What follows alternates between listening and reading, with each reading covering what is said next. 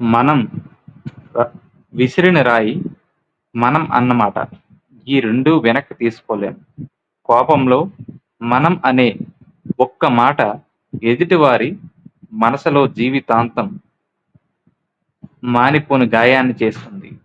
కోపాన్ని అదుపులో ఉంచుకోకపోతే ఏం జరుగుతుందో తెలుసుకోవాలంటే ఈ కథ వినండి. ఒక ఊరిలో ఒక కుర్రోడు ఉండేవాడు. అతనికి కోపం చాలా ఎక్కువ. ఏదైనా చిన్న మాట అంటే చాలు అవతల వారు ఎవరిని చూడకుండా నోటికొచ్చినట్టు మాట్లాడేవాడు.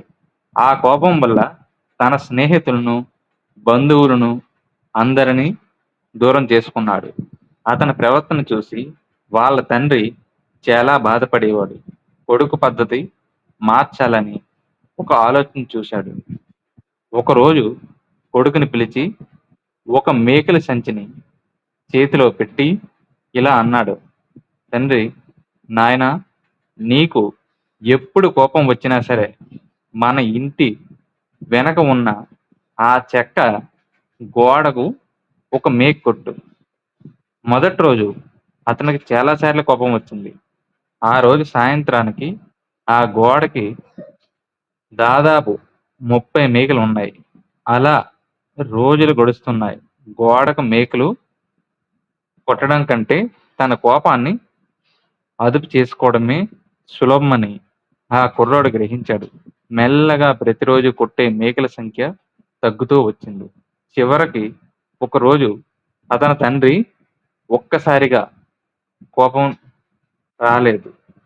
చాలా సంతోషంగా తండ్రి దగ్గరికి వెళ్ళి, నాన్న, ఈ రోజు నేను ఒక్క మేకు కూడా కొట్టలేదు అని చెప్పాడు. అప్పుడు తండ్రి చిరునవ్వుతో ఇలా అన్నాడు. చాలా మంచిది నాయనా. ఇప్పుడు నీ కోపం రాని ప్రతిరోజు ఆ గోడ నుండి ఒక్కో మేకను బిగిస్తూ ఉండు. కొన్ని నెలల తర్వాత ఆ గోడ మీద ఒక్క మేకు కూడా మిగిలేది లేదు. కుర్రాడు గర్వంగా తండ్రిని అక్కడికి తీసుకెళ్ళాడు. అప్పుడు ఆ తండ్రి కొడుకు భుజం మీద చేయి వేసి ఆ గోడను చూపిస్తూ ఇలా అన్నాడు. తండ్రి, చూడు నాయనా, నువ్వు మేకలన్నీ పీకేశావు. కానీ ఆ గోడకు పడ్డ రంధ్రాలు చూసావా? ఆ గోడ ఎప్పటికీ పాతలాగే మారదు. కోపంతో నువ్వు అనే మాటలు కూడా అంతే. ఎదుటివారి మనసు మీద ఇలాంటి గాయాలు చేస్తే నువ్వు తర్వాత క్షమాపణలు కోరినా ఆ రంధ్రాలు మాత్రం అలాగే ఉండిపోతాయి. మిత్రులారా, కోపం అనేది ఒక నిమిషం మత్తు. ఆ నిమిషంలో మనం చేసే తప్పులు జీవితాంతం గుర్తుండిపోతాయి. కోపం వచ్చినప్పుడు ఒక్క నిమిషం మౌనంగా ఉండండి. మాట విసిరే ముందు అది ఎవరిని గాయపరుస్తుందో ఆలోచించండి. మనుషులు ముఖ్యం, మన కోపం కాదు.